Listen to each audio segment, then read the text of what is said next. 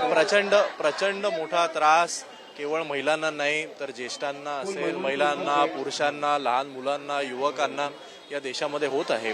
2014 साली जे काही आश्वासनं देऊन संपूर्ण देशांनी नरेंद्र मोदी यांच्यावर विश्वास ठेवून मोदी सरकार निवडून दिलं, आज 12 वर्षांनंतर त्यातलं एकही गोष्ट पूर्ण झालेली नाही। जागतिक क्रूड ऑइलची किंमत कमी होत असताना सुद्धा आपल्याकडे पेट्रोल आणि डिझेलचे दर हे रोज वाढत चाललेत आणि अशा परिस्थितीमध्ये आता भाजीपाला असेल, रिक्षा असतील, म्हणजे सामान्य माणसाला सकाळी उठल्यापासून ते रात्री झोपेपर्यंत प्रत्येक जी गोष्ट लागते त्यामध्ये आता महागाई जाणवायला लागलेली आहे। बेरोजगारी प्रचंड मोठ्या प्रमाणात वाढत आहे।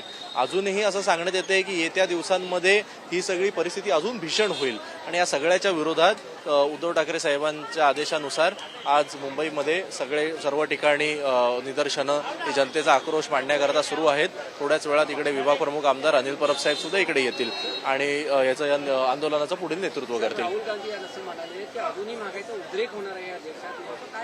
नाही, हीच भीषण परिस्थिती आहे आणि म्हणूनच हा राग सगळ्यांच्या मनामध्ये आहे की जर हे सगळं दिसत होतं तर हॉर्मस स्ट्रेट बंद झाल्यानंतर सुद्धा 2 महिने जोपर्यंत वेगवेगळ्या राज्यांच्या निवडणुका संपल्या नाहीत तोपर्यंत भाजपने प्रचार केला, म्हणजे अक्षरशः देशाची फसवणूक केली आणि मग निकाल लागल्याच्या नंतर सांगितलं की आता आपल्या देशाची परिस्थिती वाईट आहे। हे सगळंच अतिशय राग येणारं आहे आणि म्हणून आज लोकांच्या मनामध्ये एवढा राग आहे।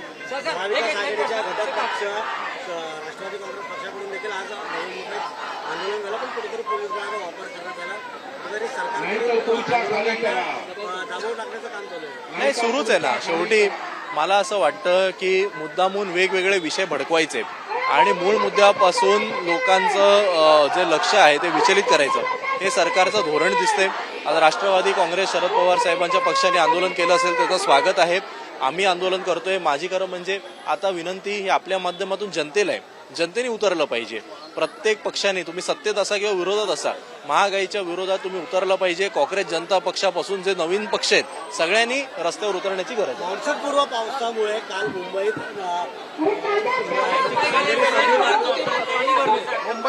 झाली तर नाही, पहिल्याच पावसामध्ये अंधेरी सबवे भरलेला आहे आणि असं आमच्या कानावर आलेलं आहे की आदित्य ठाकरे साहेब जेव्हा या मुंबईचे पालकमंत्री होते तेव्हा त्यांच्या संकल्पनेतून मुंबईतील जे लो लाईंग भाग आहेत तिकडे ते होल्डिंग टँक, स्टोरेज टँक बनवण्यात आलेले।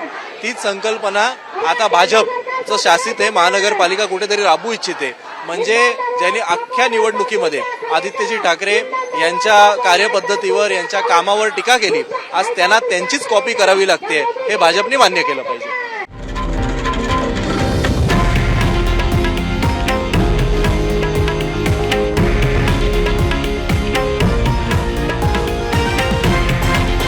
हे आहे देशातील नंबर 1 न्यूज नेटवर्क आणि आपण पाहत आहात TV9 मराठी, एकमेव।